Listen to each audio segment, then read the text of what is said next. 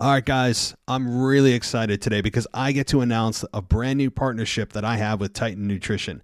They're one of the most trusted and respected supplement brands in the industry. You can find their products in supplement stores all across the country. They have a wide range of products from proteins to pre-workouts, vitamins, superfoods.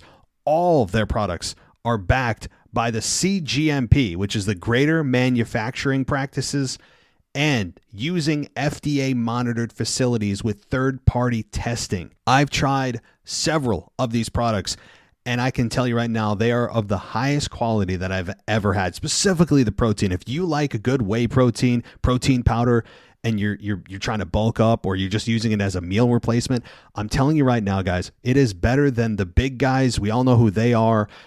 And it's better than going to your local GNC. I'm telling you right now, and it's more affordable. So head on over to titannutrition.net and check out some of their protein flavors like cinnamon roll, cherry bomb, berry, strawberry sorbet. I'm telling you guys. And here's another little perk to do so. If you use discount code WWE at checkout, you get 10% off your order and free shipping. So go over to titannutrition.net and use the discount code WWE. You can also click on the link that's in the show notes. Again, that is titannutrition.net and use code WWE. You will not be disappointed. This is WWE superstar Drew McIntyre, and you're listening to the WWE Podcast.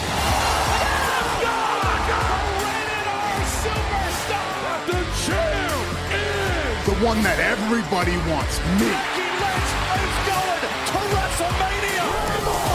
Claymore!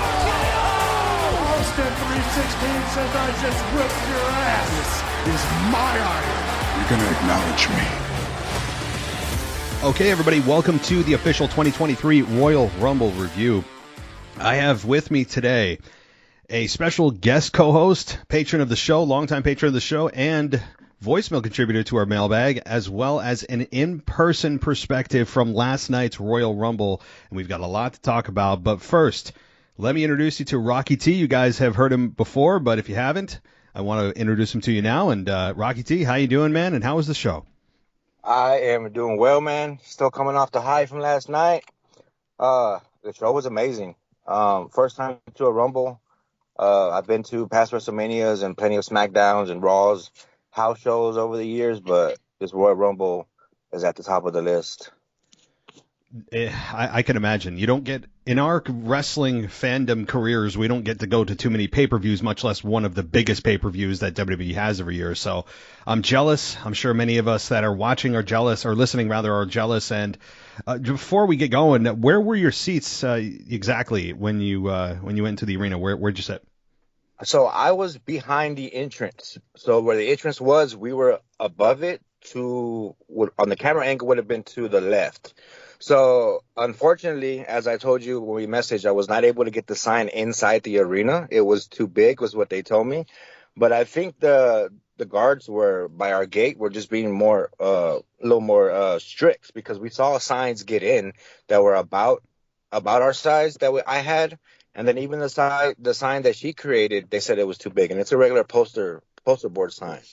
So we were right behind the entrance, pretty much, but not on camera. So even if I would have had the sign, it may not have made the camera angles. But I did rewatch some of the Rumble last night when we got back to the hotel, and to see if we could see ourselves on camera. But I don't think it would have made it on camera either way. It's all right. Yeah, no, I when I was looking around, I didn't see too many signs as a whole anyway. I mean, and it's not like back in the late 90s where everyone brought a sign every single show. And I think, like you encountered, you have much stricter regulations, I guess, for what the security in the building are told by WWE management is allowable and is what's not. And so, yeah, no big deal. I actually had forgot. I was like, oh, well, that's right. And I started looking for the sign, and I'm like, I don't even see many signs at all. So I figured that something had happened, but no big deal. Let's jump into the show. As we open the show, this may have been the only Royal Rumble I can remember that we had the actual men's Royal Rumble match open the show. So that was pretty surprising. And we opened the show with the Royal Rumble. Were you surprised by that, first of all, when they immediately went to the men's Royal Rumble, which typically is slated for the end of the show? Absolutely, yeah. I remember what you were saying in the last couple of podcasts that if the Rumble came on first before Roman's match, then we would probably end up seeing Cody win, and if it was vice versa, then maybe a Sammy win. So when they announced the start of the Rumble, yeah, I was very surprised. I didn't expect that format. By the end of the night, I felt like it took out a lot of energy from the crowd. I mean, that was a good Rumble. The order everybody came out, the mini storylines that they told, was great, but it was loud and it took a lot of energy out of us. So maybe there wasn't as loud later on. I know it was loud the whole Rumble, but I think it totally surprised me. I guess I'm okay with it. But I didn't like the back-to-back woman matches. So if they would have started with maybe, the women's match and then the men's Royal Rumble and then the women's, but that's what threw me off. Yeah, usually, yeah, I'm with you.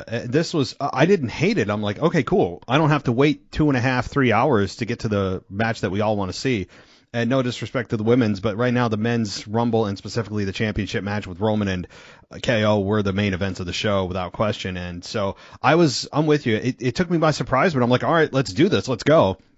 And with a fresh crowd, you're going to get the maximum reaction at the beginning. And you guys were loud. I got to say, there were some times that, especially with the Sammy turn, and we'll get there. That may have been the loudest pop I've heard in quite some time. Again, we'll touch on that in just a few minutes. But as far as this Royal Rumble goes, when you guys saw Gunther and you saw Sheamus 1 and 2, you guys must have been like, all right, cool. We're going to get a couple of minutes of some great wrestling. Gunther's music hit and the pace. I mean, the roof must have flew off or at least lifted a few inches. Same thing with Sheamus. They both had amazing pops, and their pops lasted from the time they came out all the way to the ring. Like, it wasn't just an initial pop and then just lackluster, but it went through all the way down to the ring. The people were hyped, and then it was just hearing those two theme songs hit and the lights go out for both of their entrances. Yeah, the crowd. I think it was a perfect way to start the Rumble. And let's not forget about Pat McAfee. I forgot to mention him. You guys gave him a pretty wow. Yeah. Dude, yeah, to open the show. That was crazy. You would think you're at like a college football game or something. People were just jumping up and down in the crowd and going nuts for this dude. Yeah, it was a bigger reaction than most superstars don't have that reaction, much less announcers. Right. Yeah. Right, so right. You guys popped for him pretty damn big, and that was cool to see. And he almost fell off his chair. Did you see that? We had McAfee nearly slip off his chair, and he had to have one of the ring crew hold his chair at ringside when he came in. So I saw it when I played it back last night in the hotel. Yeah, he's so fun to watch. So yeah, very cool. So back to the Rumble, we had Gunther 1 and 2. I'm not going to go through all 30, but some of the bigger moments that happened in the Rumble. Kofi Kingston had his moment of just always creative non-eliminations that he had, some way to stay in the match, and that was fun to watch. I believe his foot was on a chair, so he technically wasn't eliminated. We had Gargano, Xavier Woods, Karrion Kross, Chad Gable. So before that's the first third of the match. Drew McIntyre was number 9 and Santos Escobar was number 10. So just the first third of the match, if there's anything notable that you remember or wanted to comment on just with that first part. The first part, like I said, Gunther and Sheamus had those long-lasting pops. So did Drew. The other guys, they had their initial pops when the music hit, but then they were coming down and to the ring, and people were cheering, but just not as loud. I don't know if it transitioned over into TV where you're watching.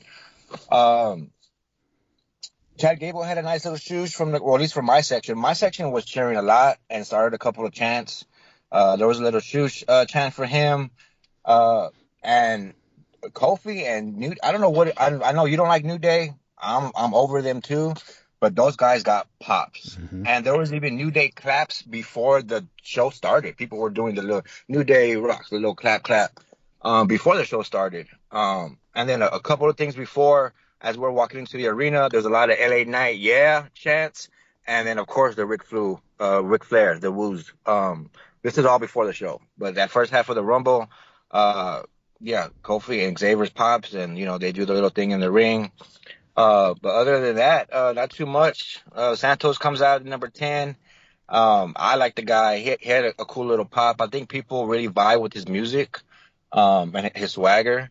But at the same time, I feel like a lot of people don't know him yet, even though he's been on, SmackDown for a little while now. They don't know his work if they didn't watch him in NXT. So he got a good pop from me though. Yeah, no, I'm with you on that, and I was actually surprised to see Karrion Kross get eliminated so quickly. I mean, for all the things he's done the past 6 to 12 months, I'm like, wow, and he got eliminated pretty quickly. But that said, after we got Santos Escobar, it was Dawkins, and then Brock Lesnar, Bobby Lashley, Baron Corbin, and Seth Rollins. So that is the first half of the match, and boy, 12 through 15, Lesnar, Lashley, Corbin, and Rollins. That's like a superstar dump, and then of course you slow down and then pick up again with bigger stars. Right. So comment on the Lashley, Corbin, Rollins, Lesnar participation in the Rumble. Right. So again, like with Gunther, Sheamus, and Drew, and New Day having their long-lasting pops. Of course, Brock and Bobby get their pops as well. I mean, when Brock's music hit again, the roof, it must have shifted, dude. And then you hear the pyro hit. So those guys are coming down, and when Bobby's music hit, Brock's already in the ring waiting, and people were waiting for the showdown. And again, I'm surprised to see Brock get eliminated that fast too. I thought he would do more. And then Rollins comes out, and then you have Gunther, Sheamus, and Drew, and then Bobby, and you have all these heavy hitters in the match, and you're just like, these guys are going to go the distance. That's what I'm thinking in my head anyways. Like, these guys are going to go the distance and be in the final 5 or final 6, and then surely everybody gets eliminated one by one. So yeah, like you were saying, towards the first half, big name dumps, and then a couple guys get dumped out, but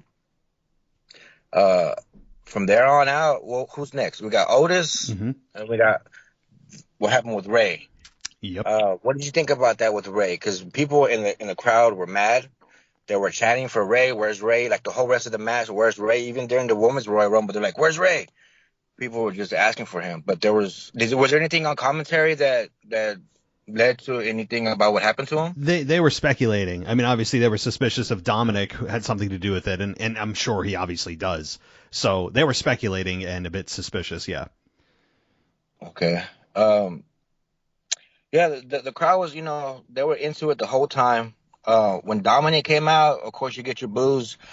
There's something about Dom now that he's, kind of grown up a little bit. When I saw Dom in person, from the view I had, there's something about this kid now that he's on the track to be a big star.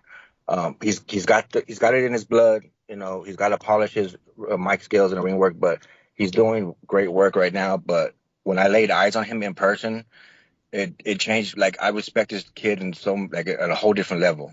I can't really explain it. I have a soft spot for second generation stars. I've mentioned back on old emails and podcasts.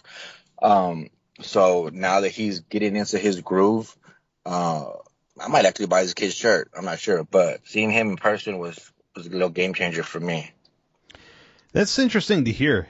Dominic, he's getting one of the biggest heel reactions that the company has right now for anybody, and deservedly so. He has found his niche as this punk ex-con Dom gimmick. I love everything about it. It fits him and suits him absolutely perfectly. And of course, we're getting to a Ray Dominic match at WrestleMania, and that'll be fun. That whole story is going to be really fun. The video package on that should be absolutely phenomenal. I'm looking forward to that.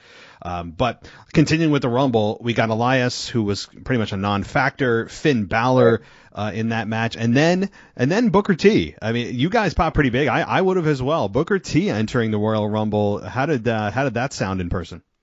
That was incredible. Hometown boy for me. Little story about Booker. Before he had reality of wrestling down here in Houston, he had PWA, which was his Pro Wrestling Alliance, and he had that down in Pasadena. When I was going to college, the lady I knew was dating his promoter. So I actually got to pass out the flyers for Booker T when he had his promotion down there when I was in college back in 2006 and 2007.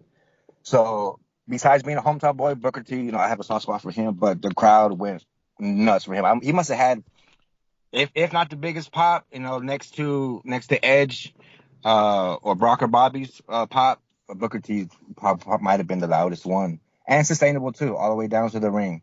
And then when he hit the Spinaroonie, I mean, the people were just jumping, like they were just calling for it. Like, yeah, I'll never forget it. I hadn't seen the Spinaroonie in person before, and experienced the crowd reaction for it. I was going ballistic for it. I couldn't wait.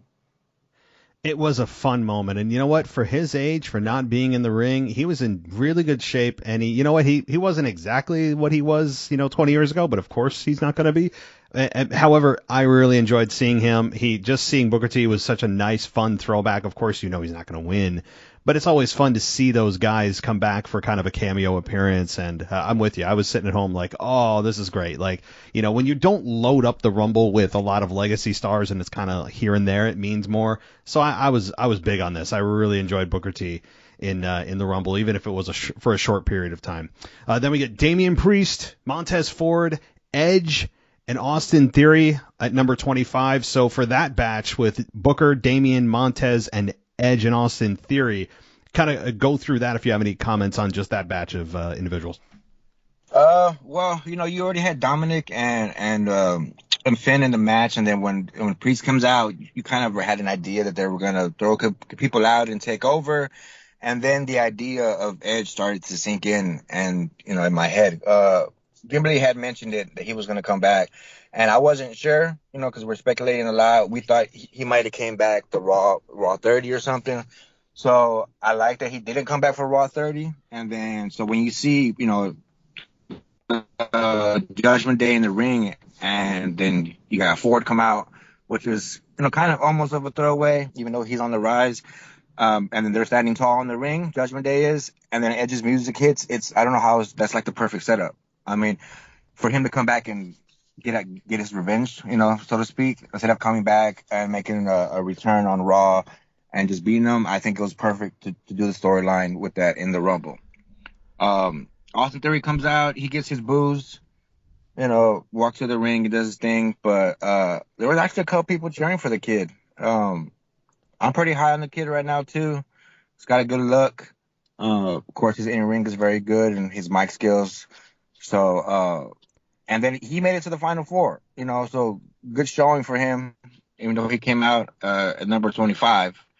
But the Edge pop was just, back to that real quick, was just, it was amazing too. People were waiting. Like, I don't know if people are ever going to get tired of Edge. As many times he's come back, and every time it's a loud pop, I don't think people ever get tired of him.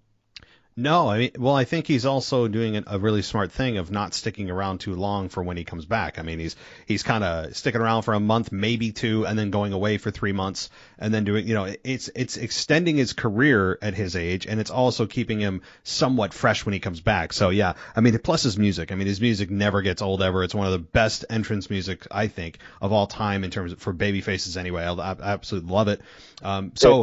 Yeah, it gets the crowd going every time. It's energetic. It's catchy. It's just perfect. And Edge, I actually listen to it when I'm at the gym sometimes. No, I'm with you. It gets you pumped up if you're exercising. Yeah, it's great workout music, but it also is a perfect wrestler's entrance music. And so you put all that together, and Edge comes back, gets a measure of revenge, although I don't think it's over. As we get closer to Elimination Chamber. So, all right, then the final five here. We get Omos, Braun Strowman, Ricochet, Logan Paul, Cody Rhodes at number 30. And there's a bunch of places you could go with this, but I guess my first question is that spot with Logan Paul and Ricochet. That's going to be one of those highlight reel things that people remember from the Rumble and probably for a few years with their spot. And I don't like Logan Paul, on a lot of levels. I know he's good in the ring, but I'm not a fan of him. However, he's very good in the ring. So comment on just that spot, and then anything else you want to talk about. Okay, well, just to start off, I'll comment that in a second, but to get back, when Omos comes out at 26, and then you have Strowman at 27, of course, people were expecting that little show off, but you start getting all these big men in the ring, towards the end, and Ricochet comes out. I'm not a fan of his music at all. He didn't really get a big of a pop as I thought he would. And then Logan's Paul music hits, and the crowd just they just lost it, and in a bad way. People love to hate this kid. He's super great in the ring. I give him that. He's got that he doesn't have that go away heat. He has that I want to see him get punched in the face heat. And my crowd, in my section, I think they started the "FU Logan" chant. Did that translate? Oh yeah.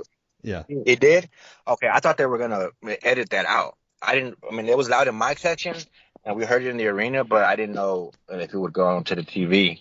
But yeah, it was kind of funny, but at the same time, like, the people were yelling, "Oh, waste of an entry," and they just kept on FU, and then the spot with Ricochet, whenever they were both on an apron, wasn't much else they could do. I guess the double clothesline or the crossbody, what they did. Yeah, it'll definitely be in the highlights of next year's Rumble opening package to the show, and from years on going on. That was a big moment. People were wild for that. And I think Logan Paul got a lot of heat. Number one, he's not a likable guy. Just in general, he's not likable at all. He's got an arrogance about him that he just can't help, and that's great if you want to be a heel. So I think WWE's embraced that. They're not going to try to swim upstream and just continue to put him as a heel. I think that's a smart thing to do. I hope they do.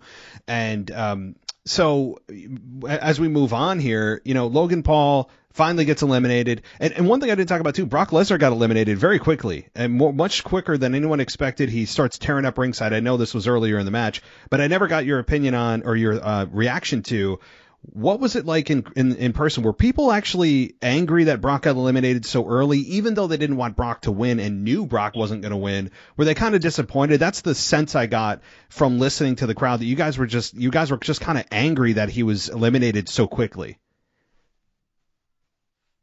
Yeah, because he got in, and of course the Suplex City, and again, I'm thinking him and Bobby, they're gonna last, to the final four or something, or at least down to the last five, and he got eliminated. I was disappointed. Some of the people around me were cheering, and some of them you could feel the disappointment, he's out. So when Brock comes out, it's always a big moment. People are always getting drops, F5s and German suplexes, and it's like it came and it went so fast, and I think that's why people were disappointed.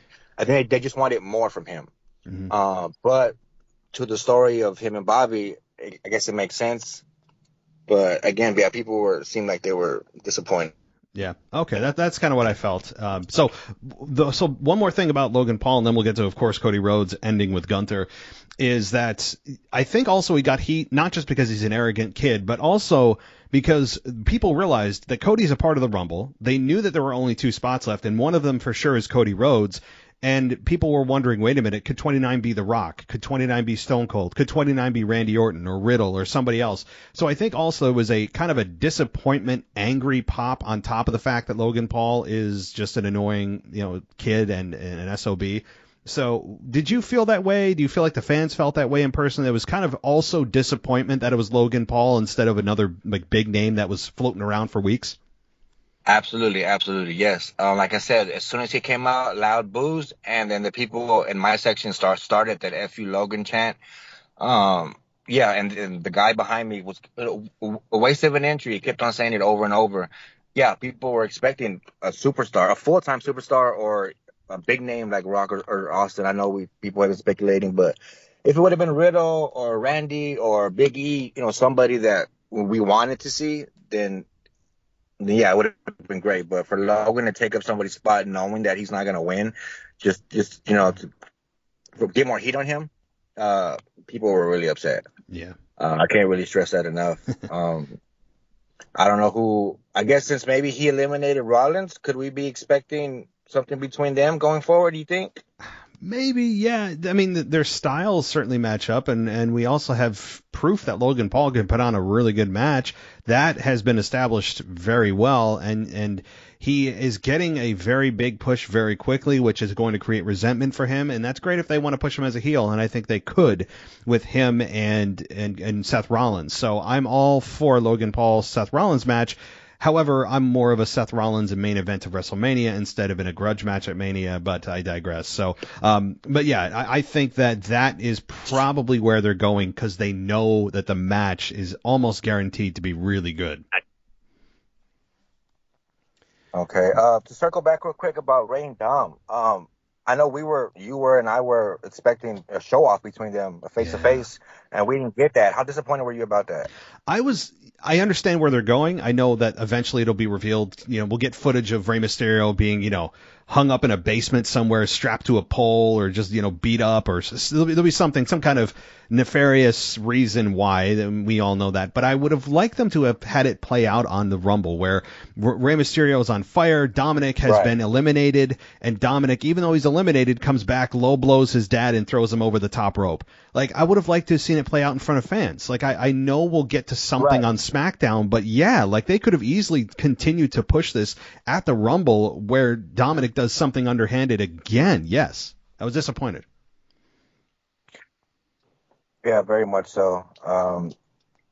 Whenever Dom was coming out with the mask, so the story is that he took off Ray's mask and Ray can't come to the ring and got beat up.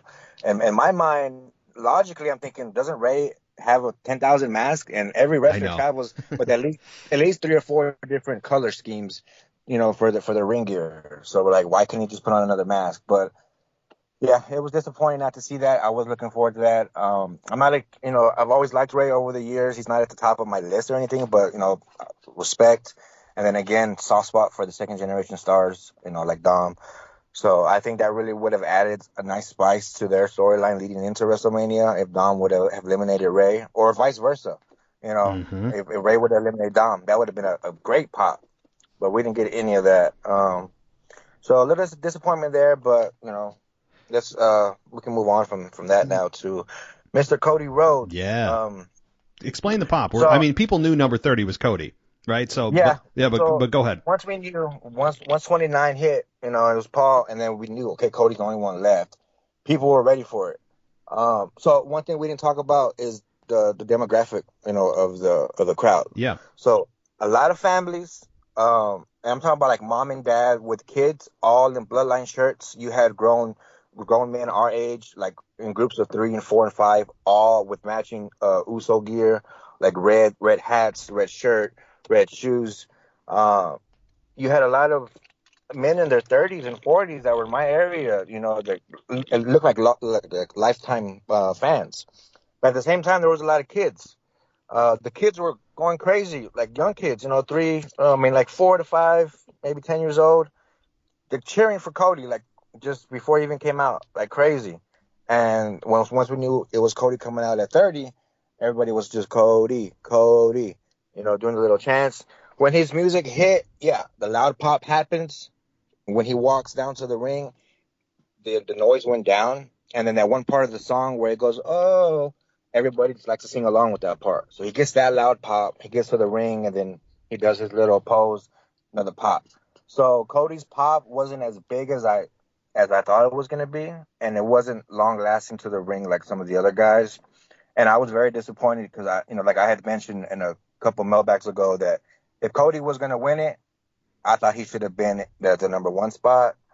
But coming at 30, I don't feel like it's earned at all, and I'm very disappointed with that. I'm happy that he won, but I do not like the way that he won. I don't feel like it was earned at all. I don't know if they were maybe just testing out his pet and see how he could go.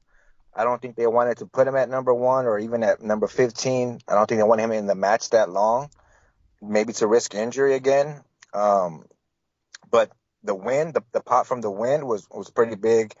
But it could have been better if it felt like it was earned.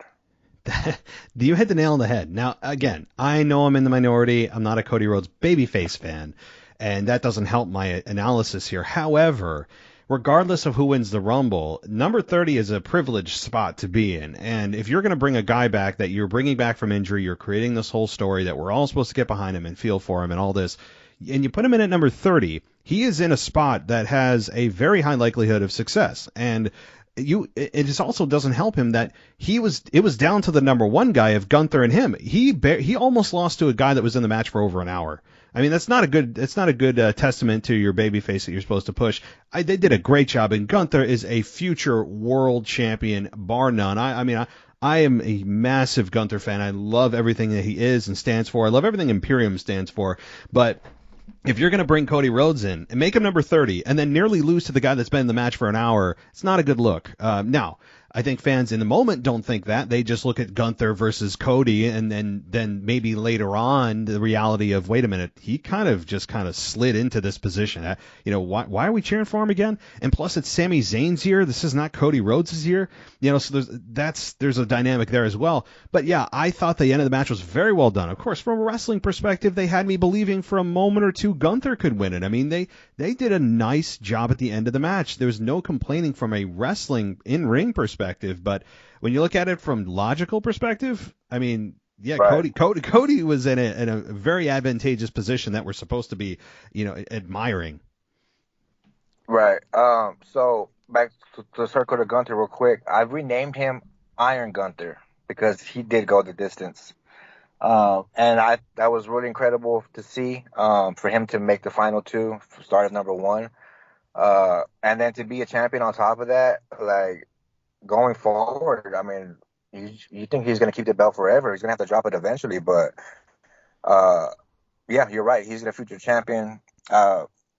Cody, who knows if he's really going to be a future champion. At least at WrestleMania. Of course, he will be eventually, but who knows if he's going to be at WrestleMania. What did disappoint me, what I did not like, or what did not happen, was usually when the final four, after the fifth guy is thrown out and there's four left, the guys usually revert back to a corner, yes, and then they have a final four face-off. Mm-hmm. We didn't get that. I noticed, yeah. Yeah, and it happened in the women's match, too. And, I don't know if I'm nitpicking or not, but if you noticed it, then maybe I'm not nitpicking. No, but it's because you and I have seen so many Rumbles, and it's predictable, but you want that as kind of like a reset of like, okay, here are the final. You know what I mean? Like it is. It's like turning the page of a book, and you're like, all right, here's the stage, here's the scenario. You get a chance to just for a few moments even just sit back and try to figure out what's going on. I agree. Yeah, and you get everybody to start cheering, the final four. It's the final four of a Rumble. Like people are hyped up and ready for a winner. And yeah, it just, that kind of, left a little sour taste in my mouth, but I got over it. No, very good. And I know it didn't ruin the Rumble. Overall, I thought the Rumble match itself, from a wrestling perspective, was good. There was some surprise exits. Of course, Brock Lesnar being eliminated fairly early, Karrion Kross being eliminated fairly early, Rey not being a part of the Rumble. We did not have any John Cena. I was surprised about that. We didn't have Rock. We didn't have Austin. We didn't have Big E. We didn't have Orton. We didn't have Riddle. All these names that were floating around. Even Vince McMahon himself, like I've heard crazy things, and we got none of that. And so at the end of this, after people were generally cheering for Cody Rhodes. So when he won, was the pop really? I mean, it sounded loud, but in person, did you hear any boos, or was it pretty unanimous that people were cheering for him? It was a unanimous cheering. There weren't any boos, but like I said, it wasn't as loud or sustainable as a Cody Rhodes win should have been. Mm-hmm. Or for a Royal Rumble win. Of course you got the pyro. He gets on the ropes and does the point. That's always a loud pop. But the initial once he got Gunther over, it was a good pop, but. No boos, but just not a loud enough pop to satisfy me.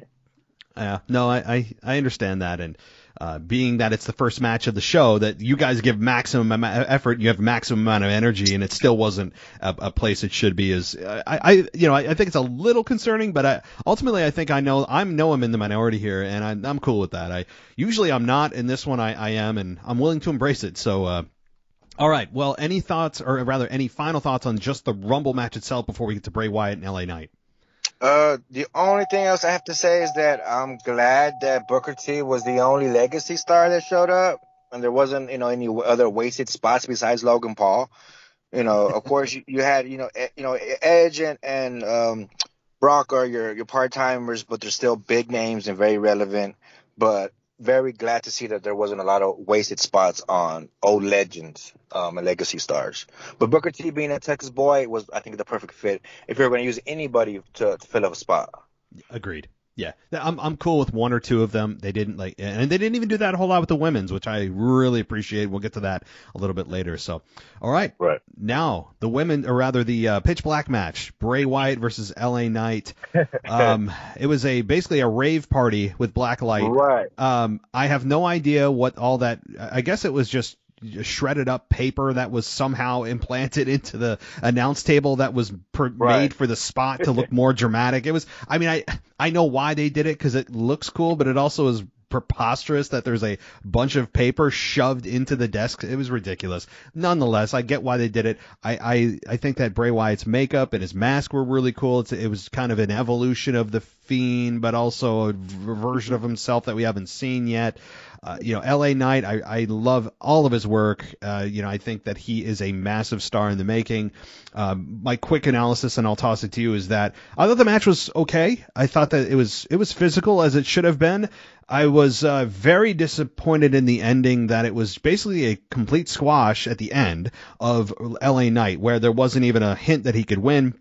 And then he got destroyed by Uncle Howdy. We still don't know the identity of Uncle Howdy, which is kind of puzzling to me. But Uncle Howdy showed up and did his spot off of the scaffolding or whatever it was that set off the pyro. And LA Knight not only lost, but was completely destroyed at the end of this. To me, being an LA Knight fan, I think he needed to win more than Bray Wyatt did. But I didn't hate it. I thought it was okay. What did you think, being there in person, about this match? So right after the men's Royal Rumble finished, everybody's rushing, to a restroom break. And then I'm not expecting LA Knight to go on second. I'm expecting a women's match to go second. So I go as well. The lines are out the restroom, they're so long. But then you hear LA Knight's music hit, and everybody's running back from the restroom lines back to their seats. It was nuts. So there was a scramble to get back to our seats. I actually didn't make it back to my seat until Bray Wyatt's music hit. So I missed LA Knight's entrance, which is kind of disappointing because I am a big fan of him as well. I followed him in NXT. I knew he was going to be a big star whenever he was finally, brought up to the main roster. I was very mad when he was Max Dupree, and then when he reverted back to LA Knight, I was like, this guy's going to be something. He's going to be a champion. The match started. They dropped the lights. The neon show, the rave party look. I guess it was cool. I did watch it back at the hotel. I think it might have looked better on camera than it does in person. Maybe it's because from my view. And the match it was physical, but LA Knight, I don't think he had enough offense to look strong in the loss. So that was disappointing to me. The botched part on the outside where they set up the stairs, it looked like Bray was trying to suplex him, but then I don't know if LA Knight reversed it or he just fell off the barricade, but then when he tackled him onto the table and all that confetti exploded, I thought it was kind of silly too. But, to go along with the match, I guess it fits. The squash part of it, again, I was expecting LA Knight to have more offense. And when he got that kendo stick out, is it just me, or was it, when he was hitting Bray, does it look like it was like made of rubber? It looked, yes. I'm glad you brought that up. Yes. It was like a pool floaty, kind of. Yes. Like a noodle, like one of those pool noodles. Yeah. So that kind of lost it for me there when I saw that part. And then the ending with Howdy. So I think that should have been the end of the match, not the aftermath of the match. They should have fought over there to that part where they were going to do the spot, and then Uncle Howdy should have done his thing, and then Bray should have been like a KO victory instead of it being the aftermath of the match. That was too far from us to see. Of course, on the opposite side of the arena, so we were watching it on the big screens up there.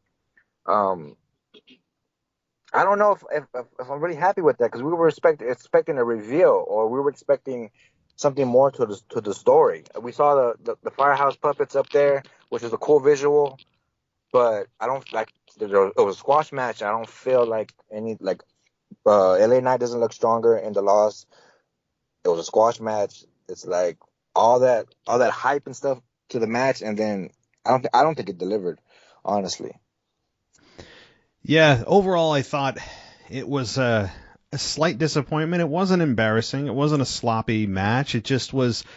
I don't know. I mean, maybe it's because every Bray Wyatt match always seems to have a gimmick to it. It can't ever just be a normal match, which I don't think is a good thing. Like, I know that Bray Wyatt hasn't wrestled in a couple of years in WWE and all that, and he used to have the red lighting when he was the Fiend, which I don't think was it was cool for the first like one or two times, and then it became annoying. And then also the fact that he never sold as the Fiend, it was just like, nothing could destroy him ever. There was a little bit of that with the kendo stick. It reminded me of the Seth Rollins disaster at Hell in a Cell a number of years ago, where just you know what I mean? It brought flashbacks to me, scary flashbacks. So yeah, I'm with you about the pool noodle look. I looked at I was trying to watch the kendo stick. I'm like, kendo sticks don't bend like that. It looked like rubber. But in the interest of safety, I know why they did it. If you're going to take a kendo shot to the head, I totally understand why they did it, and they knew they could cover it under the darkness of the match, so it didn't look ridiculous. But yeah, it bent way too much. But I still think the match, I think it hurt LA Knight a little bit. I was disappointed that LA Knight was just so dominantly defeated at the end, instead of putting up more of a fight, and Uncle Howdy screwed him over. I could have seen that. I could have seen like, okay, fine, like you said, LA Knight is winning. He's about to win the match, and Uncle Howdy comes out to make the save. And that's not the way they did it, I think, because they want to give Bray Wyatt a win, given it's his first match back, and you also don't want to give the heel an argument to say, I had you beat, right? It's typically flipped. The babyface usually is about to, deliver the heel a victory or a defeat, and then somebody interferes and causes the babyface to lose. But since the babyface is Bray, it gets a little wonky. Either way, to me, the follow-up is very interesting to me. I think LA Knight can get back on his feet and get some momentum back with him because he's so good on the microphone. He can generate that heat pretty quickly. So it's not a great, for me, an outcome for being an LA Knight fan. But that said, I don't think it's a career killer, for LA Knight. No, I don't think so either. And I don't know if I really see LA Knight as a heel. I mean, I know he talks like a heel and talks a little trash to the crowd sometimes, but his catchphrase is getting over. Like, I'm telling you, as we're walking into the Alamo Dome, you just hear everybody, yeah, let me talk to you, like, and then everybody's, repeating it just like the Ric Flair Root chants. There was like, neck and neck on how much you were hearing. And that's all you were hearing. You weren't, hearing the what chants of Stone Cold or anything else like that in the crowd beforehand, but you were hearing those LA Knight chants. Yeah. No, you're right. I think LA Knight, he could flip to a babyface very quickly. He's a guy that is a sleeper pick, I think, to become world champion maybe by, in a year's time, whenever the hell Roman decides to give it up, or WWE decides to finally drop it from Roman. I think that LA Knight is in the conversation, at least, in the next year or year and a half. And we'll be seeing him at least carry Intercontinental Championship gold or United States Championship gold, at least in 2023. LA Knight is destined for some kind of gold in 2023. I don't think there's any question. But okay, let's get into the next match here. Raw Women's Championship, Bianca Belair versus Alexa Bliss. I'll toss this one to you first, Rocky. So this was my actual restroom break. I knew after this we're getting the Women's Royal Rumble, and then of course the main event. So this was my actual restroom break. We went out, to use the restroom, and before I got back to my seat, the match was over. So I actually didn't get to watch it, but I did watch it before, while I was waiting for you to get everything set up. Underwhelming. Mm-hmm. Alexa was aggressive, but it was just a match. There really wasn't much else to it. Bianca comes out, does her thing, and defends. I expected Alexa to maybe at least kick out of the KOD at least once. And there wasn't a lot of close spots where you thought Alexa was going to win, which also disappointed me a lot. I would have preferred her to win. I'm a big Alexa fan. I always have been ever since, her goddess gimmick. And even through all the Playhouse Funhouse stuff, I still liked her, even though she wasn't in ring. So disappointing that she didn't have a better showing. And where does she go from here is what I'm really worried about, because I thought she was kind of making her way back up the ladder, maybe going to be a champion soon, but she didn't have a good enough of a showing to really, make you think that she's going to be a champion soon. Yeah. What did you think? No, this was I don't want to say it wasn't a bad match. It just felt like a typical Monday Night Raw matchup. And Right, like they were just going yeah, through the motions. exactly. Yeah, it was just kind of a normal match. And again, that's not an insult or a compliment. It's just kind of there. And I'm with you that Alexa Bliss, I think, is deserving of gold. The problem is timing for her. If this was after WrestleMania, then I think we're talking about a potential win for Alexa. But given that they want to get Bianca to WrestleMania as champion to face Rhea Ripley, I mean, this was to me a slam dunk, take it to the bank decision that Bianca Belair was going to retain because of the timing of this match. And I don't think Alexa Bliss is going to get another championship match probably until after WrestleMania sometime against Rhea Ripley. I think, I do believe Rhea Ripley, I know going far ahead here, but I think Rhea Ripley will capture the women's championship in April at WrestleMania 39, and then she'll have opponents lined up, and hopefully Alexa Bliss is one of them. So for Alexa Bliss fans out there, for her carrying gold, it's probably going to be a while. That said, this match was okay, as I said, and the near falls, the only near fall I can think of was when she hit her DDT. She did, and got the near fall, and that was like, oh, never mind, right? Like it was like, oh, no, okay, like that's it.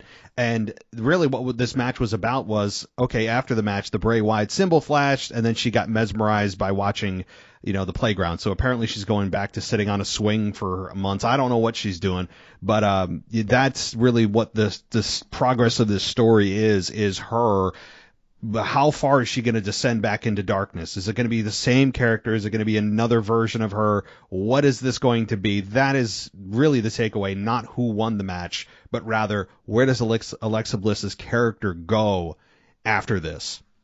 Right. So with that being said, I would have much preferred a DQ finish with Alexa going off the hinges, maybe not releasing a hold while Bianca's holding the ropes, or maybe grabbing a weapon, and after seeing the symbol, or during the match, if they would have played the symbol, then maybe a DQ finish would have been to make her look so that she doesn't have a loss by being pinned. And then, like I said, she didn't even kick out of the KOD once. You don't see Alexa finish her off the top ropes. I would have liked more close, or make it seem like Alexa was going to win at least. And if she's going to revert back to Dark Alexa, I'm okay with her ring gear, the makeup, and the little black skirt or whatever, the overall skirt she wears. But, yeah, don't want to see her on the playground swinging. Just a waste of her talent. Let her be back in the ring. I don't know. Move her to SmackDown. Let her go after Charlotte or something. Don't take her out of the title picture, though. I know she's a 5-time champ, and it's been, almost 5 years since she's had the belt? Yeah, it's been a while. Going on 5 years? Yeah, it's been a while. I don't know. I'm over Bianca. I'm not a huge Bianca fan. I'm very happy that she made history with Sasha a few years ago at WrestleMania. I'm happy that, WWE has somebody of color to represent for the last few years and to make history. But, yeah, she has that heel gimmick that she, disguises as a babyface gimmick, and people cheer it. I can't wait till Bianca turns heel. When she turns heel, I'll probably buy her shirt. But until then, no. I mean, I'm a heel through and through, Matt. Like, truly am. I'm a heel. I'm not a Logan Paul fan, but purposely I was clapping for him during the Rumble. Wow. Yeah. Same thing with Dom. People hate Dom. I like him, so I was clapping Dom's performance, and people around me were looking at me like, what's wrong with you? So. And I walk away. But yeah. So, anyways, back to the Bianca match. Let's just see what hopefully Alexa doesn't. She's still better than Bayley. Doesn't get lost in obscurity here, and becomes a jobber. Hope not, but we'll see. Yeah, I hope not too. I think, again, while she won't be involved in the title picture for some time, it's about the evolution of the character. Does she rejoin Bray in some kind of Wyatt 5 group? We don't know. But that's clearly going to be the path for Alexa over the next several months. So, speaking of heels, we get to the Women's Royal Rumble match, and number one is Rhea Ripley after she was speared earlier in the night by returning Beth Phoenix. So, Rhea Ripley entering number one and Liv number two. First two in the ring. What were your thoughts? Well, the consensus around my section, was that Beth was going to be number two. So when Rhea came out, people were cheering Beth. But then Liv came out. Mommy gets a pop. She does. we love her in our household. I've always loved Rhea, especially. Well, I mean, I followed her since NXT too. Um, I love Rhea. I love what she's doing. The work in Judgment Day. When she came out as number one, she's was my heavy favorite, as long as with yours as well. In my mind, I'm like, Rhea's gonna go the distance. She's making history tonight. Like I'm telling Kimberly, we're watching history tonight. Rhea's gonna win. And Liv comes out, and then you're like, okay, that's cool. That's a good spot for Liv. She's gonna show up and show out. And then we get rolling. We get number 3, 4. You get Dana. No pop for Dana. No pop for Emma. Shayna gets a little pop. Bayley always gets a pop for me. I love Bayley, but people were booing Bayley. People were like, I hate you, Bayley. Hey, like, people don't like Bayley. And I get it, but at the same time, I don't get it. Like, she's a 4 horsewoman. She's a legend already. She's annoying as hell, but I love it. What do you think about the first 6 that came out? Yeah, I thought that we always have the ebbs and flows of, kind of the lower card and the big card to balance it out, but you got to have that. You can't have just big star, big star, big star, big star. So I don't mind the fact that you had a couple of down, entrants with 3 and 4 with Dana and Emma that probably got little to no reaction, as you said. And then Shayna Baszler picks it back up, and you're like, all right, here we go. And then Bayley really picks it back up.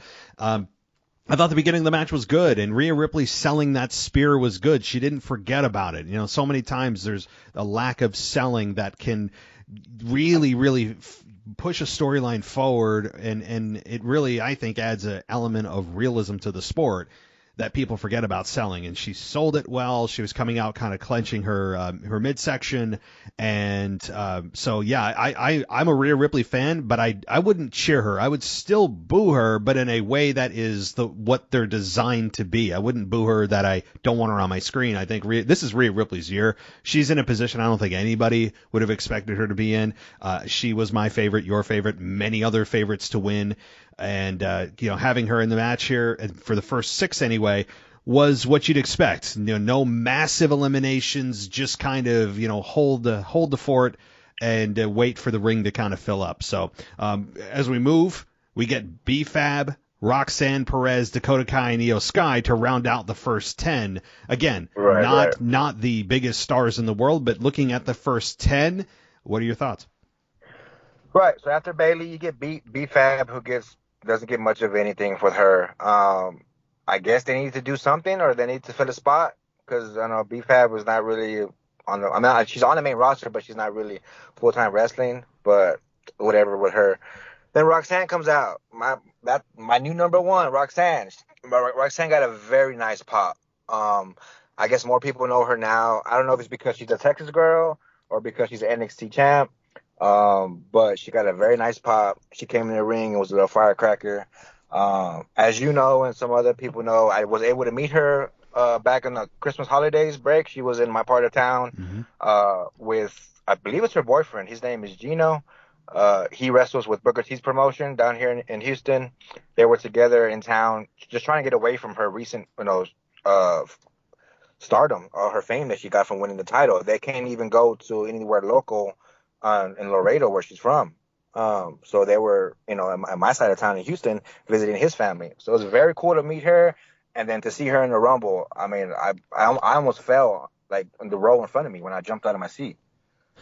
And then we get Dakota and Io, and then again, just like when Finn and Priest were out, you knew that that these girls were going to take over the match with Bayley. They were going to come in and back up Bayley, and of course they started eliminating people. So whenever we have those 3 girls in there, you're thinking, well, who's going to come out to oppose them? So then you have 11, 12, 13, and 14, which is Natalya, Candice LeRae, Zoe Stark, and Xia Li. Kimberly being, part-time watcher, she's not a new fan, but she's, getting back into it. She's like, who are these people? She knows Natalya because of her, when she got her nose busted by Shayna Baszler, and because she knows her as the Botox lady. But then you have Candice LeRae and Zoe and Xia Li, who she's like, who are these girls? So I'm explaining, and then Big Time Bex comes out, and the roof just goes off. So you're like, all right, it's getting good. What do you think about, well, at least between the time that Io came out until the time that Becky came out? What was y'all's initial reaction to those few Yeah. spots? So I thought that it was, it held my interest, right? Because, like you said, the dynamic was Bailey and her cronies, Io Sky and Dakota Kai, pretty much dominating the match, and that was the narrative, and I was all for it, and also giving the quote newer stars some shine, like Zoe Stark, who most mainstream fans who don't follow NXT probably looked at her and said, who? Most of them probably did. I mean, let's be real. So, and also Roxanne Perez, champion. But again, you can't assume that everyone that watches the main shows watches NXT. Most don't, looking at the numbers. So it's nice to see those women get exposure on the main roster on a big stage. And that's, to me, the most important part of this particular part of the Rumble. I will say, what was interesting to me about BFAB, and it's not her performance, which was okay. It was the comments made by Michael Cole. He's being clearly directed by whoever in the headset. It was almost like Vince was in the headset or something, because he was running down Top Dollar so much, like about how, he was an embarrassment and all that. He will not let it go about that over the top rope flub that he had like a month ago on SmackDown. And I'm like, why are we making such a big deal about this? Are they trying to humiliate? Like, what are we getting out of this with the announcers continuing to remind the fans of this flub? Like, I don't really care anymore. It was a scary moment, and then we talked about it for like a day and we moved on. So the announcers continue, especially Michael Cole, continues to try to put down Top Dollar. And again, I know in person you obviously didn't hear this, but if you watch it back, you're going to hear that. And I don't understand what the payoff is, other than to humiliate and eventually let these three go. I don't get it. I really don't have anything to say about them. I like them I like Hit Row when they were NXT, but when they came up, they didn't do the right direction with them, the right storytelling. It lost everything for me. And also they're missing the leader, which is, Swerve Strickland. I know he's with AEW, but that man is talented and he's good on the mic, and he was the glue to that group. So without him, Hit Row is nothing to me, really. And, they haven't really proven anything. They're not good on the mic. I don't know what WWE is doing with them or how long they're even going to be around. I guess they're just a jobber group now. Yeah. They are in a very, very not desirable position. I know they turned heel, but people seem to still not care. I would be very, if I was any group of any part of the Top Dollar, the whole group there, I would be very concerned. If I was anywhere near Hit Row, if I was a part of Hit Row, I'd be very concerned about my job. I just would, based on the fact that announcers are even running you down now and continuing to remind fans of the botch. Like, I don't know. It's just not a good spot. But okay, let's move on. Becky Lynch, again, she comes out, as you mentioned, and massive pop as expected. Then Tegan Nox, and then a returning Asuka. New look. I liked it. Piper Niven. I mean, thank God they changed her name from Dewdrop. Hallelujah.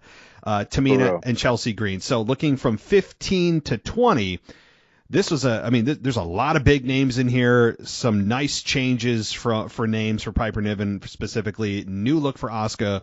Your thoughts? So Tegan Nox, I know her a little bit, again, from NXT. She had a very great match with Dakota Kai. It was a street fight.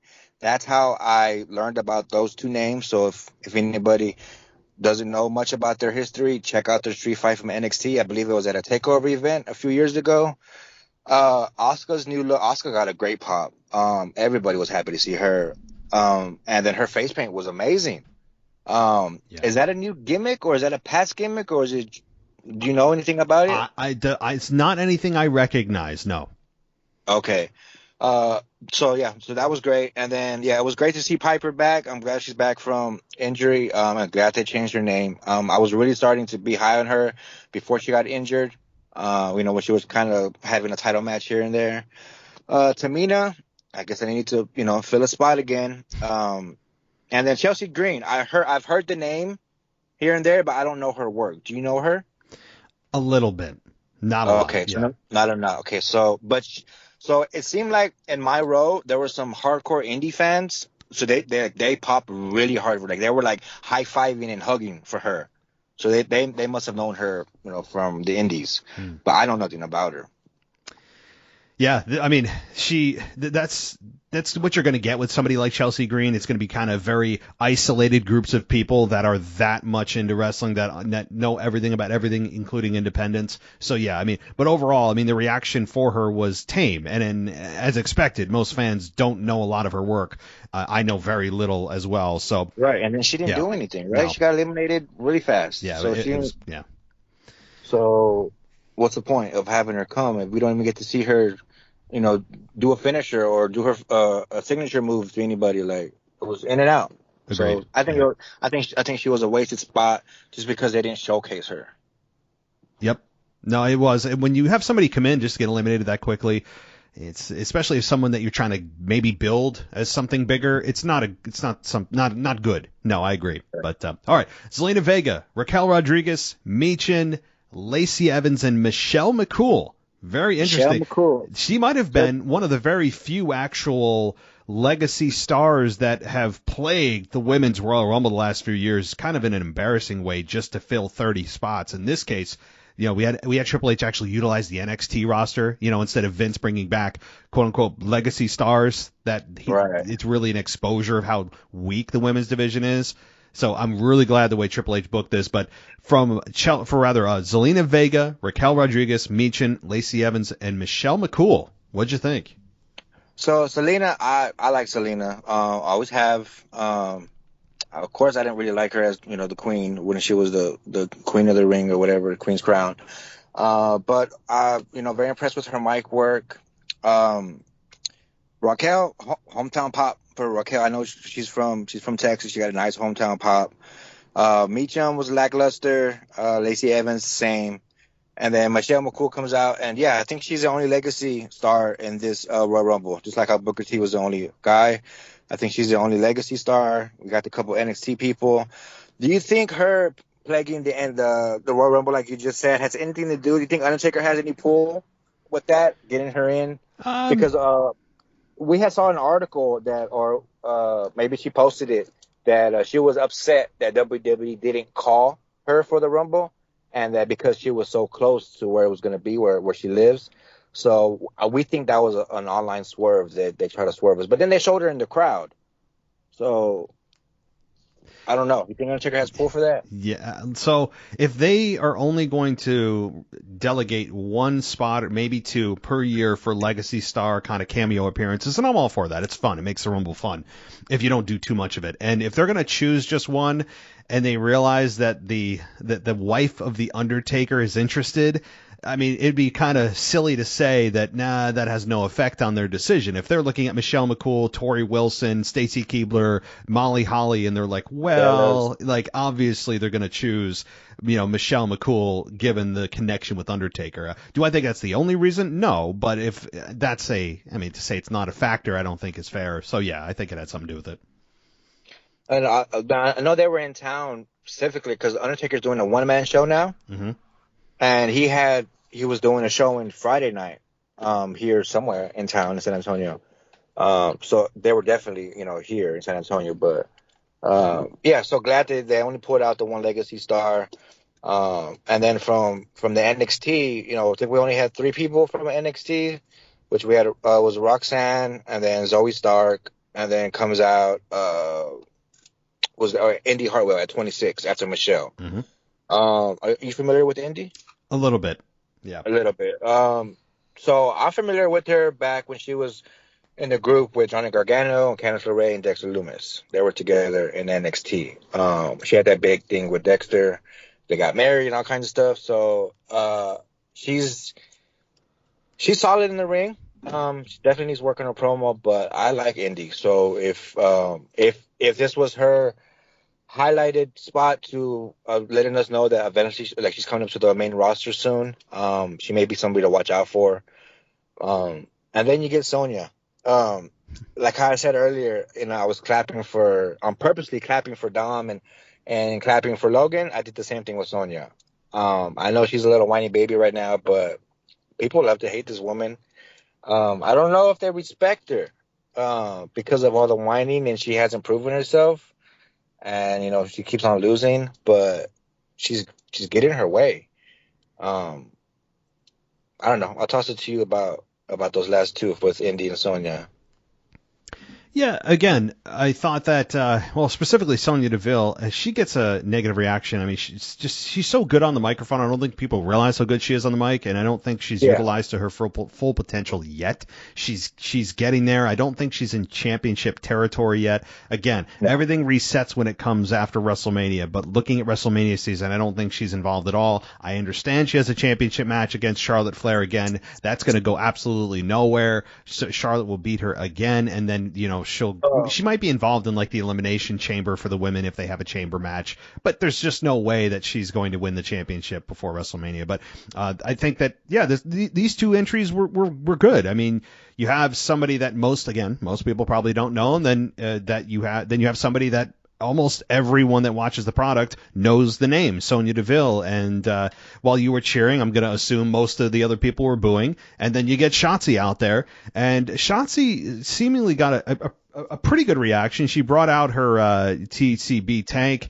I'm not a fan of it. I think it's silly, but the announcers were kind of making fun of her, saying, "Hey, why don't you just drive that damn thing to the ring instead of sprinting to the ring?" I can't imagine how many people were like blown up by the time they ran to the ring. That was a hell of a distance, and they were saying, "Hey, just drive your tank to the ring." And so they were making fun of that. Matt, leave Shotzi's tank alone. Why do you despise it? I hate it. I like it. Okay, I didn't like it when they had the Nerf gun the little Nerf bullet came out, but now that they put some pyro on it, okay, yeah. And then like I mentioned it might have been a few months at this point, if she ever makes it, to a championship and they ever get that merchandise out, that tank is gonna sell. It will. I'm telling you, when they make a Shotzi figurine with the tank, it'll sell. We want the green hair.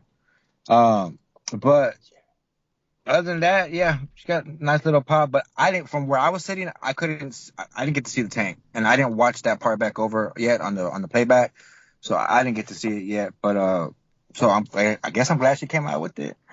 And then 29, where we got Nikki Cross, and then so that was not a wasted pick because she's not a legacy star, but I mean there wasn't really much of a pop for her, at least in the crowd. And then number 30, I know you saw the botch with the clock. Yes. Okay, so yeah, people were very upset about that in the crowd, and I think people were just as upset that it was Nia Jax. What did you think about her coming back? What were you expecting? I thought it was Ronda Rousey. Okay, I think I'd rather have Nia Jax than Ronda Rousey. Agreed. But given given the current roster, I was thinking, well, it's probably Ronda Rousey. I did not expect Nia Jax. Nia Jax is not a name I've even mentioned over the last 6 months. I actually didn't hate it. I don't like her character. I don't think she's good in the ring, but there was a pop for her, and I was trying to listen to you guys and figure out if it was positive or negative, and it generally trended. It started off like, whoa, what cool, and then I feel like it kind of like devolved into boos. It did. Yeah. Because I think more of the initial pop that you heard might have been from the crowd reacting to the botch of the clock and then her music hitting, because her music hit and then the clock was like at 8 and 7, and then they didn't do the rest of the countdown because she was already coming out. So that first initial pop was the botch of the clock and then her music, and then when she walked out, people went a little crazy, and then maybe they lost a little interest that she walked to the ring. But then when she got in the ring, it picked up, because of the spot where everybody gangs up on her. So yeah, no, I that's probably a better analysis than watching it at home. I'm glad you gave us exactly why there was probably that initial like, whoa, people are reacting positively, and then it's like, nope, and then people started booing it and booing her generally. I don't think that Nia Jax was a key component of the women's division. I understand why they put her 30. She's returning. She hasn't been around in a while. She had nagging injuries. And from last I saw her, I think we had Shayna Baszler break her arm or something. I think that was during the pandemic era. So it's been quite some time since we've seen Nia Jax, and nobody's been asking for her to come back. No one, I don't think, asked to have her back, but we have her back. And I don't know. I understand. why they have her. I think her look is actually an asset. While she's not as flippy floppy and athletic as the other women, her size I think can be an advantage because she's not going to ever put on a very fast match, which is fine. She is a powerhouse woman, but that also leads you to potential matchups with other powerhouse women like Piper Niven, like a Raquel Rodriguez, and they had that quick kind of standoff.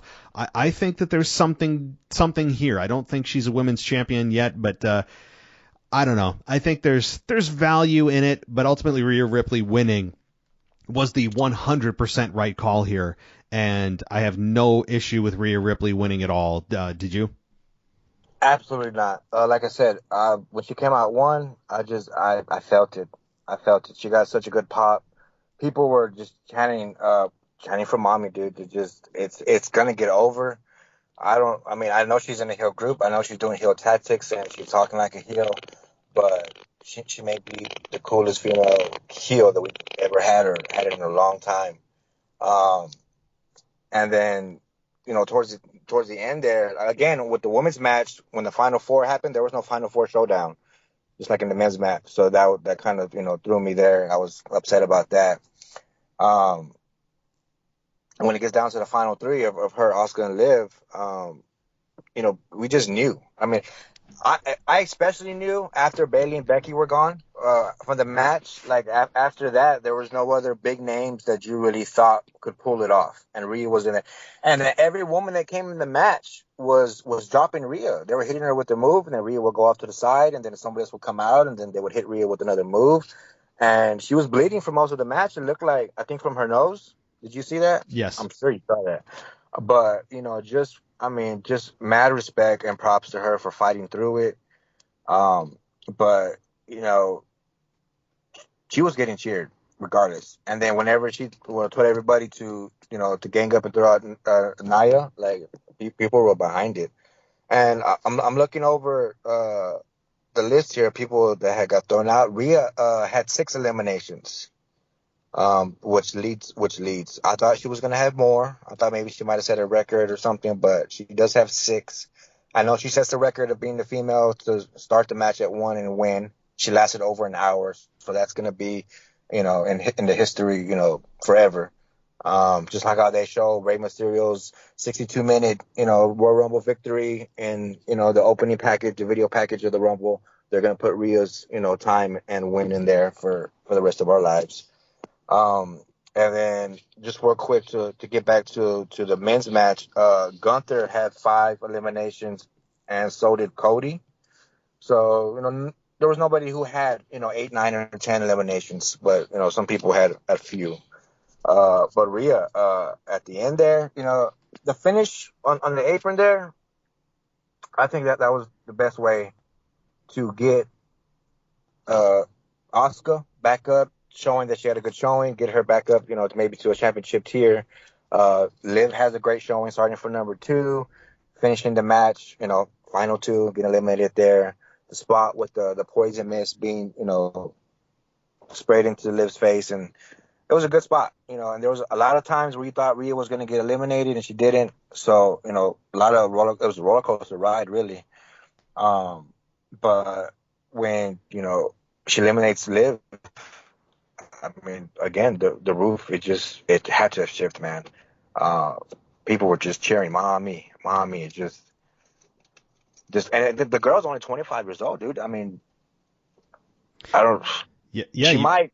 Yeah, she's very young. I mean, who knows how many titles she's gonna win? You forget how young she is. That's a good point. Yeah. She doesn't look 25. I mean, the dark makeup doesn't help, but the way she acts, it feels like she's ahead of her years in terms of understanding psychology and all that. So that's a good thing. If you're a Rhea Ripley fan, she's got a lot of years in front of her, barring injury, that she's going to be with us. So that's a good point. And to put a bow on the Women's Rumble, I think that's the ending of the Women's Rumble was a lot of fun. The mist. To me, the Women's Royal Rumble was a little bit more up in the air at the end when you had those 3, because Asuka is a believable candidate given that she just returned. She's got a new look. They're trying to rebrand her, whatever. And I'm like, all right, well, Rhea should win, but Asuka's making a good case for it. And they had her teetering on the rope, and I'm like, oh, all right. Like they had us hook, line, and sinker for the ending of that match, and it was very well done. And I really don't have any complaints the way Rhea won. I think it was the right person. So, all right, well, we got to jump into the championship match here, which is Roman Reigns, of course, facing Kevin Owens for the Undisputed Universal Championship.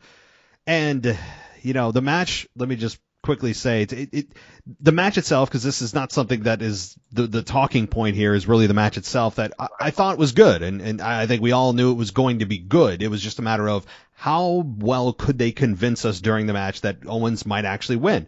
And there was one or two spots, but generally it was pretty clear that Roman Reigns wasn't losing here. He hit the stunner once.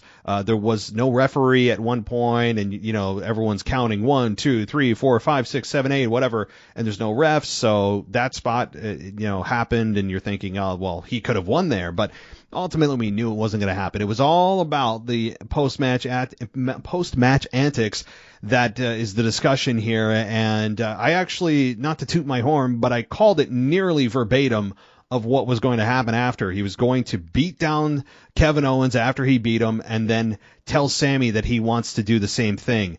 And that's exactly what happened. I didn't know what would transpire after that, who would attack who, but ultimately Sami hits Roman Reigns in the back. And let me just ask about that moment, because people online are talking about it. I went back and listened to it several times. The pop when Sami hit Roman was probably the biggest pop of the night. Would you agree being there? Yes. And then the leading up to the chair shot when Roman first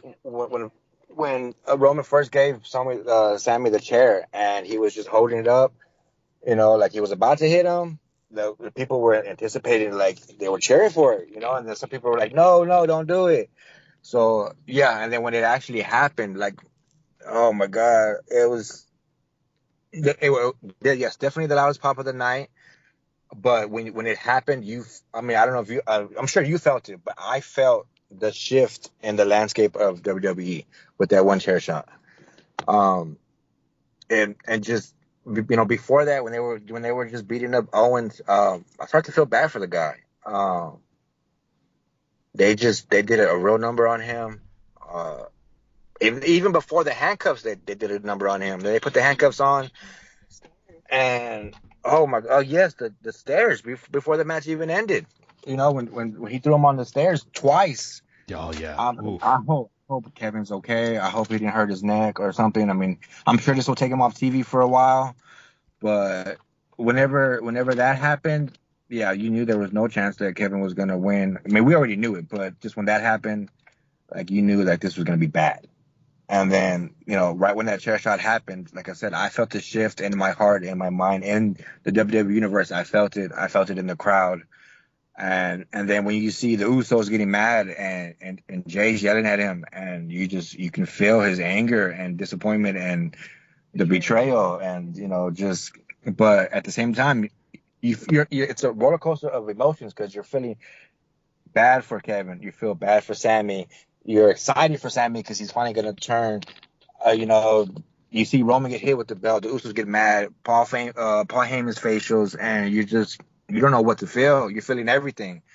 And Sami drops the chair, and then you're like, oh man, here it comes. I felt more for Jay. You hear, you're like, here it comes. And then the super kick happens, and then he falls. And then you feel Jay's, the struggle that Jay's having, not to help, and there's Jimmy beating down Sami, and then you just feel the struggle. He backs into the corner, Solo gets in, and Roman gets up, and I mean, when he ripped off Sami's shirt, I mean, I was wearing my Honorary Uce shirt, and I'm like, that's it. He's not the Honorary Uce anymore. I was like, let me just hang the shirt up on the wall.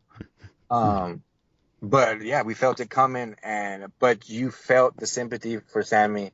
You can feel like the tide shifting. Like, yeah, he's an ultra babyface now, like ultra babyface. And whenever KO does come back, I'm assuming that they are going to challenge the Usos eventually, but we got to see how that dynamic plays out between the Usos because of what happened with Jay not helping out and leaving the ring.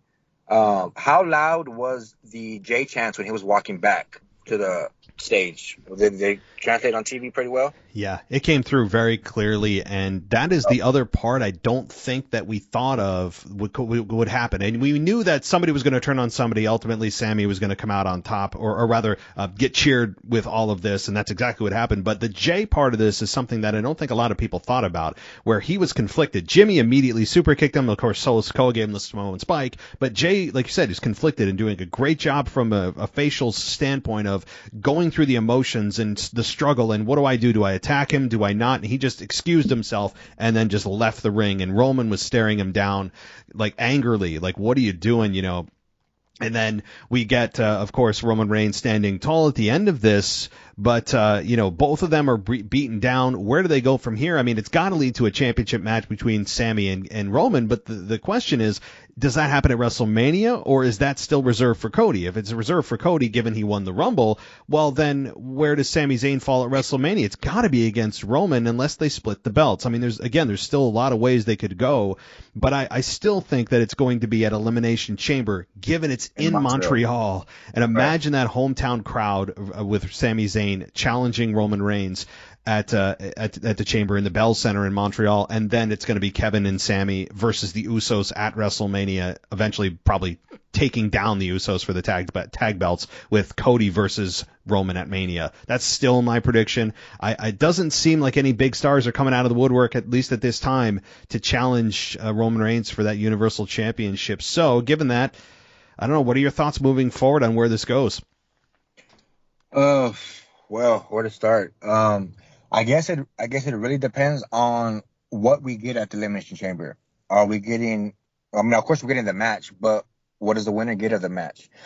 I'm sure Roman's not defending in the Chamber. Is Sammy in the match? Is he not in the match? Is Roman defending the title at Elimination Chamber in a singles match? Maybe Sammy interferes in the match. I don't know, because what does the winner of the Chamber get? We know the winner of the Rumble gets the title shot. But if there's only one title and they're not splitting it, then that spot is reserved for Cody. So the only other thing, between now and then over the next months is going to be the storyline of Sammy's rise, basically. But does he get so ultra popular that they have to change the main event, like with the Daniel Bryan thing at WrestleMania 30? Is Cody really, based on the reaction of the Royal Rumble win, and then the reaction of Sammy now being turned on by the bloodline, Sammy's stardom might overshadow that Royal Rumble win. And that's what I'm thinking might be the case. So do we have a situation where maybe Cody tries to cash in his win before Mania, like Austin did that 1 year, and, doesn't lose? Or because people are going to expect Cody to win at WrestleMania, but we are expecting Roman to keep it for the 1,000 days. I know you've been mentioning it time and again. We've done the math. It's all the way until May. I know we have a lot of answers now after the Rumble with the split or the initial split of the bloodline. We'll see what happens with Jay. We know Sammy's out. I don't think we have enough answers yet to really say. The easy answer is Cody versus Roman. Again, I'm a big fan of second generation stars, so Cody being the second generation star, soft spot for him. And the right thing in my mind for Roman to lose is Royal Blood beats Royal Blood, and that's Cody beating Roman. But again, is the bigger story here Sammy now. How do you become such a babyface and such a dominant heel group, and then you turn this group around over the last 6 months and make this title reign of Roman's not so aggravating because it made the storyline good. Everything that was going on, the initial heat between him and Jay, the progression of their relationship, and then him accepting Sammy, and then now you have, his confliction, and you have the heartbreak of Sammy being kicked out the group and beaten down. But that was a good beatdown, the way he ripped off his shirt and beat him, and then broke off the tribal chief necklace over him. I think that was a really nice touch. I don't know. I think maybe Sammy, like I said, I think his stardom might overshadow that Royal Rumble win. Of course, we're gonna get Cody's speech tomorrow on Raw. About winning the Rumble, wanting to go for the title. But again, we'll see if his initial crowd reaction is sustainable all the way until Mania, because we have a few months still. So Yeah, I guess the big payoff is whatever happens at Elimination Chamber.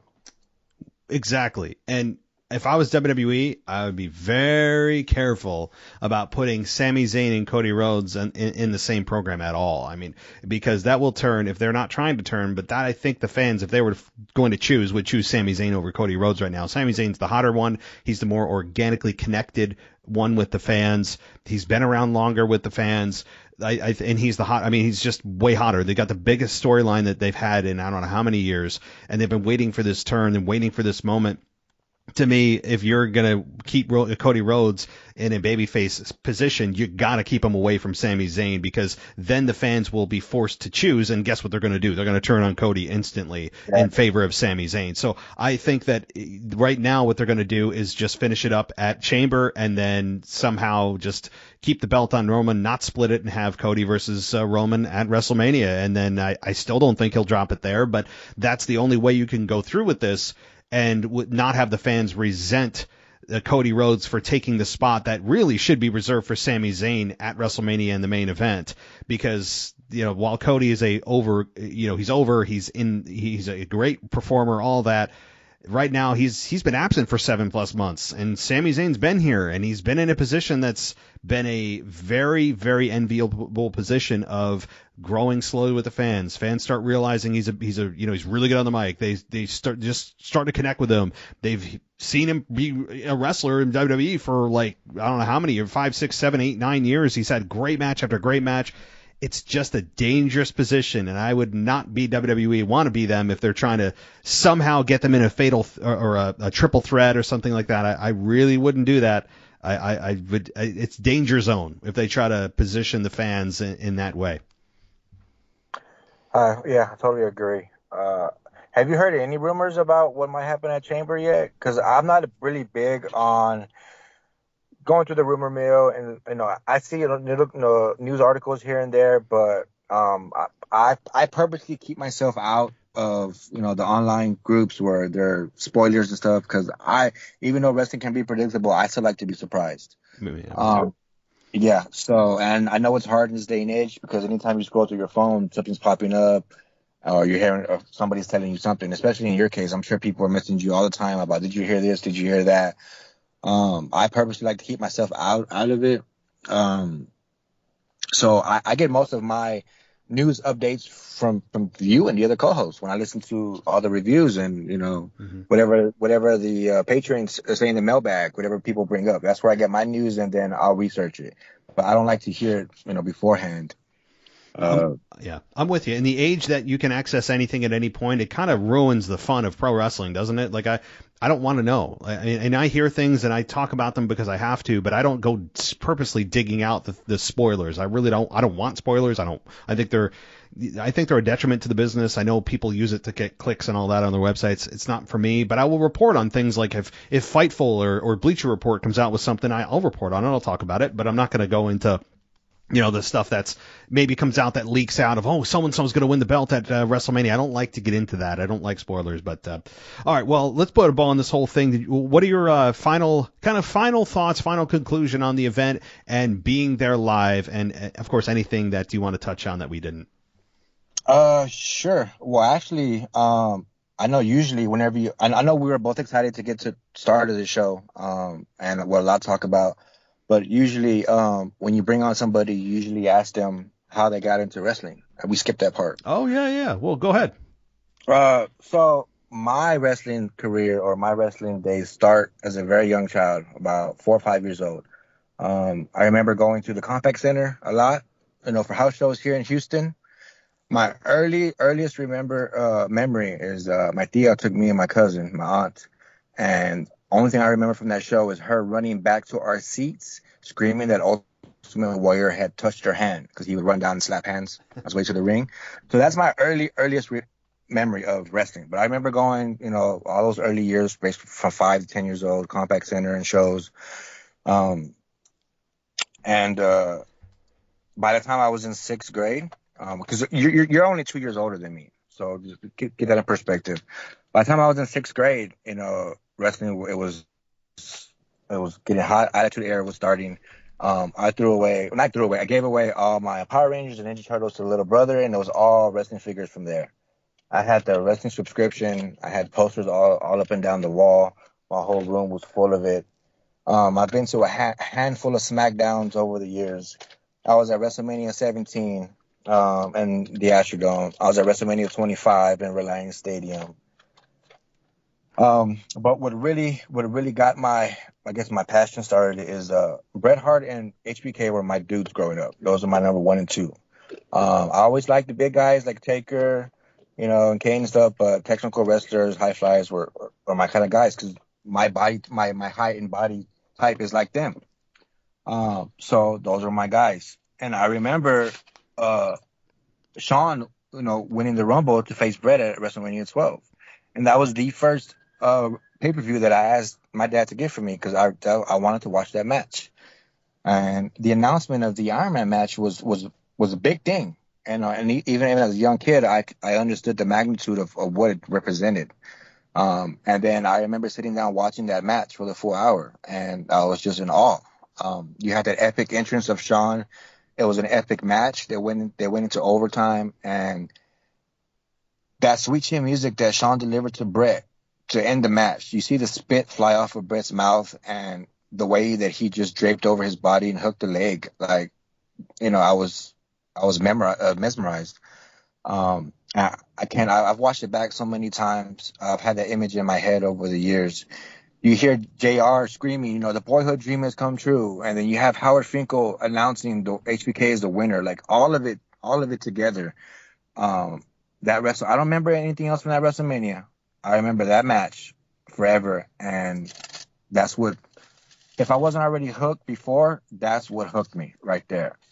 I remember watching Raw from time to time, over the years, those early years. There was an early Saturday morning show that used to come on. Maybe it was Superstars. So it was for an hour every Saturday. I remember catching that from time to time. But that WrestleMania 12 match was what did it for me. And I was hooked. And from there on out, I was all wrestling. It was cool to watch wrestling. Back in middle school, you had some of everybody, like, of course, Austin and Rock. That's what everybody remembers. That's what everybody still asks about. And, it was cool to like it then. We used to wrestle in the backyards and our trampolines and have our wrestling matches. I had all the title belts, and, it was a great time growing up. And then by the time you get into high school, it's not cool to like wrestling anymore. So in high school, I was a closeted wrestling fan. I had to, not hide it, but my friends wouldn't come over to watch it anymore. So I was watching it on my own, but I didn't care. I'm a fan for life.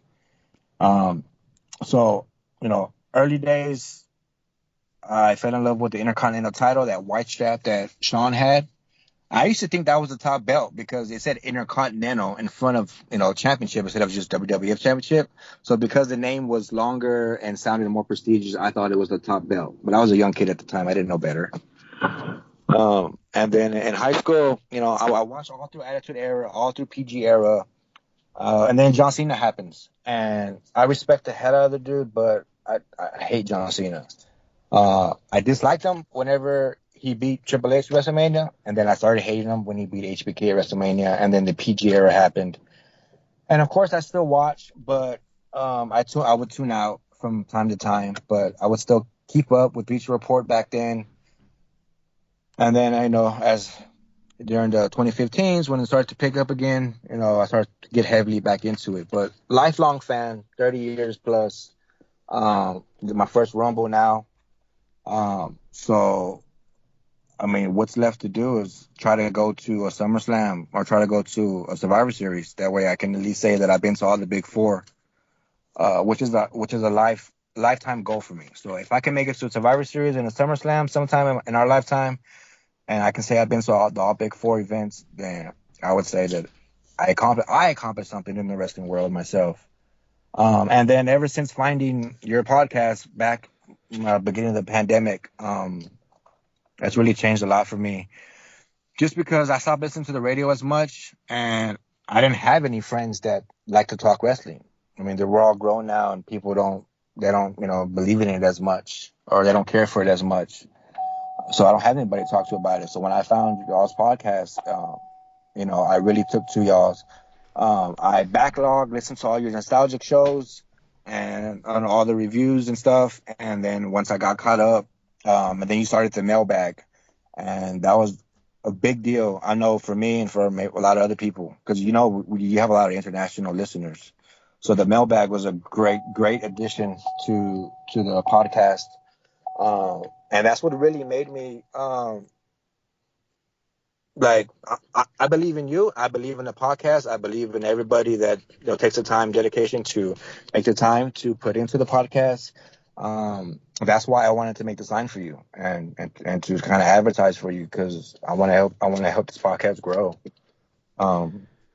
So that's pretty much my story there. So faithful listener, faithful contributor. So just to you and all the other hosts, keep up the good work. I was a little disappointed. I was not able to meet up with Michael and John. Michael Ritter did not have good service at the Rumble. So when I got there and I was messaging him, he didn't get my messages until after. So I did not get to meet the guys, which was a little disappointing. And I'm sure they're going to have a lot to say on their SmackDown review. But other than that, that's my story, man. Very cool. I mean, to hear how people get into wrestling is always interesting to me, how their evolution of a fan continues, and especially in school when it's not cool to be a wrestling fan. I'm with you. We all experience that. If you're a wrestling fan in the early 2000s, especially, and you're in high school, it's like, yeah, I'm with you on that. But if you find your group of friends that like wrestling, then you guys are bonded forever. It's just kind of the way it worked.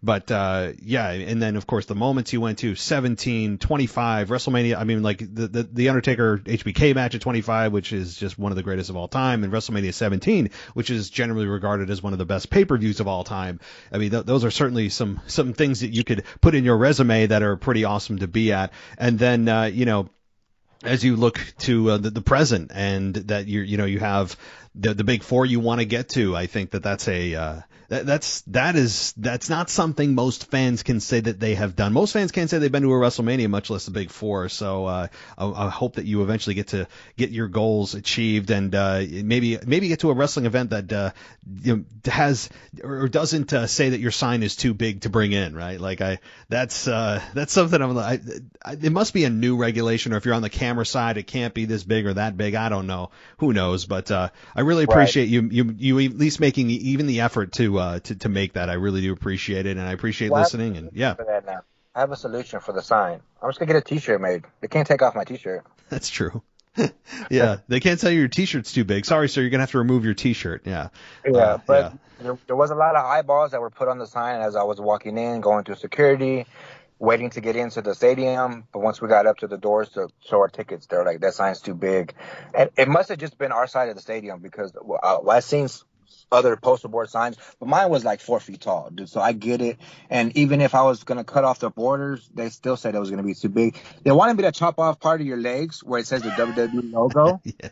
WWE podcast. Like, if you cut it at the legs, you can get in. I'm like, well, that defies the point of it. Yeah, exactly. Yeah. So, so a good handful of people got to see it as we're walking through. So I'm hoping, some people get in, we get some listeners say, hey, I saw the sign at the Rumble. That would be great. No, I if anybody does that, I would, I think that would be awesome. I would be like, how did you first listen to it? Well, actually, I saw a sign at the Royal Rumble. That would be so cool to hear somebody say that they actually started listening because they saw the sign at the Rumble. Yes. That'd be really cool. And I will let you know if anybody does. But Rocky, listen, I really appreciate you coming on. I'm so glad you were able to give us the in-person perspective and have a lot of fun, it sounds like, at the show. And certainly, anytime that you want to come on and chit chat wrestling, you let me know. Thanks for listening to the WWE Podcast. Don't forget to subscribe on your favorite podcast app so you don't miss a show, or head to WWEpodcast.com. And for all of these shows ad-free, head over to patreon.com/WWE Podcast. Until then, we'll see you next time.